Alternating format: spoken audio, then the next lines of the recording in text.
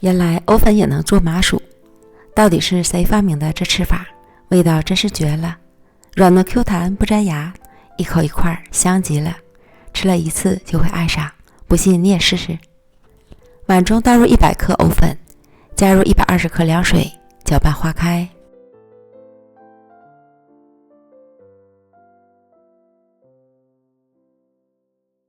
不粘锅里倒入180克水，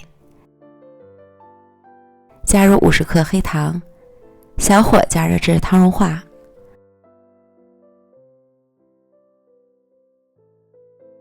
再倒入藕粉水，迅速的搅匀，不一会儿就开始变得粘稠。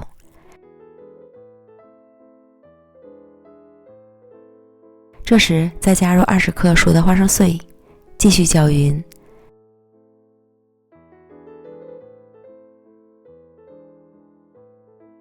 直到变得透亮，同枣泥的颜色差不多，出锅。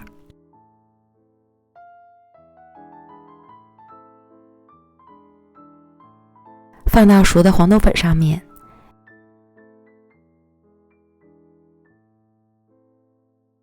表面再铺上黄豆粉，稍微整形。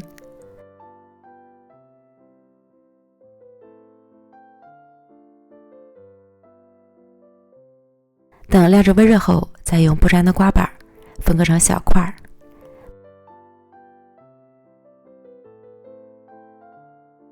每一块都裹满黄豆粉，美味即成。全程没有一点难度，即使是厨房小白都能轻松搞定。万万没想到，藕粉做成的麻薯口感很特别，软糯中带着 Q 弹，软绵绵的又不会粘牙，微甜不腻。黑糖、黄豆粉和花生仁混合的香气真的让人无法抗拒。